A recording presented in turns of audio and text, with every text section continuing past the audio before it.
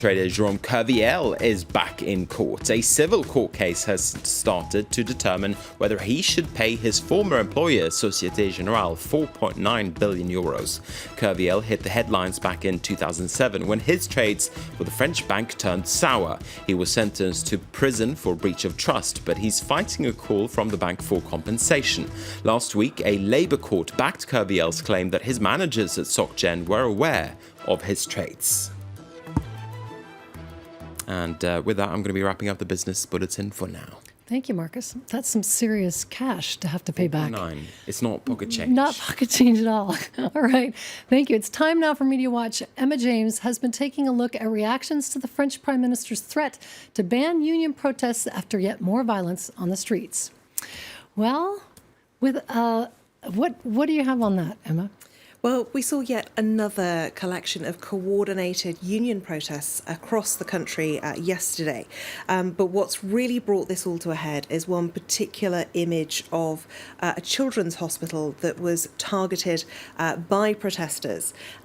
Slate has the image here, and it's the Necker Hospital in Paris. And as if it weren't bad enough that was targeted on the margins of the protest, this article mentions the fact that the child who was orphaned on Monday night in that terror attack was actually being treated inside that hospital. And that goes some way to explaining why this has become such a huge political row, because that mere fact really does take this to another level. Paris Match reporting on this one, the threat to ban union protests. Manuel Valls has said it was unbearable violence. Enough is enough.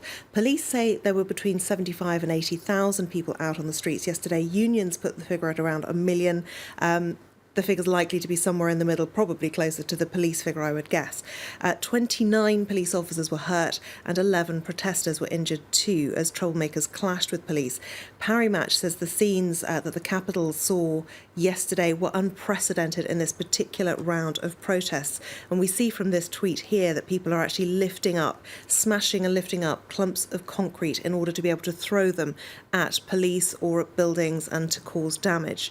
Now, Le Monde has been taking a look at the story behind the image and behind the headlines. Again, we see that picture of the children's hospital with the windows smashed.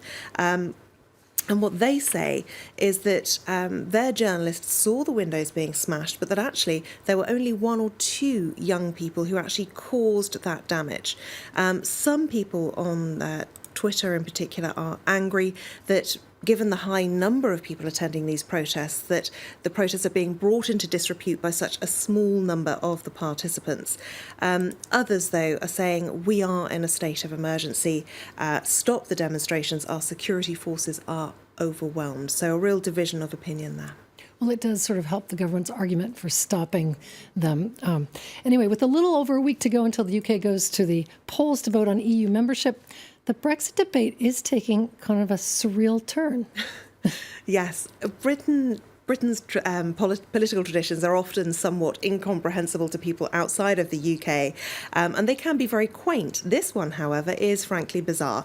The Brexit campaign decided to take to the waters of the Thames in London today. This is the image with the pro-Brexit flotilla of ships heading up the Thames to the heart of pro-Remain London. And this Twitter user says this is real, because you do need to be told that. It doesn't look like something that was happening today or something that was actually to do with politics of today. The Telegraph has more on this one. They talk about the fact that on the starboard side, that's the right-hand side, the Brexit flotilla had UKIP leader Nigel Farage at the helm, along with shipmates from the Fishing for Leave campaign, who believe very firmly that the EU is killing the fishing industry.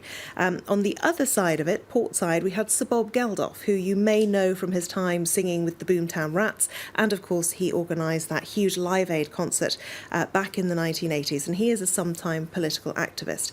But as you can imagine, lots of people having a lot of fun with this story because it is bizarre. Expecting to see Boris Johnson arrive up the Thames in a pedalo, says Louise Kennedy. This Twitter user has created an image of Michael Gove, often referred to as the brains behind Brexit. He is the current Justice Minister in the United Kingdom. And here he is portrayed as Admiral Lord Nelson. Well, that is creative and imaginative, if nothing else. Staying with the UK, Prince William, that sweet Nice-looking man has made history with the magazine cover. So what's the big deal? Yes, you might not think it's all that unusual, but if we take a look at this image, you can see the usual smile, the big blue eyes. But as the headline says next to it, he is making history because this image comes from the front cover of Attitude magazine, an iconic title in the United Kingdom, an award-winning gay magazine. It has never happened before that a UK royal has been on the front page, and it's pure coincidence that it comes at this particular moment when, of course, there is this outpouring of feeling and emotion for the gay community. And what he's talking about in particular is that nobody should ever be bullied for their sexuality. So very apt moment for this to be coming out in print on June the 22nd. It hits the stands. Oh, hats off to the royalty. It's interesting. All right, well, that's the news for now. Please stay tuned. More news coming up after the break.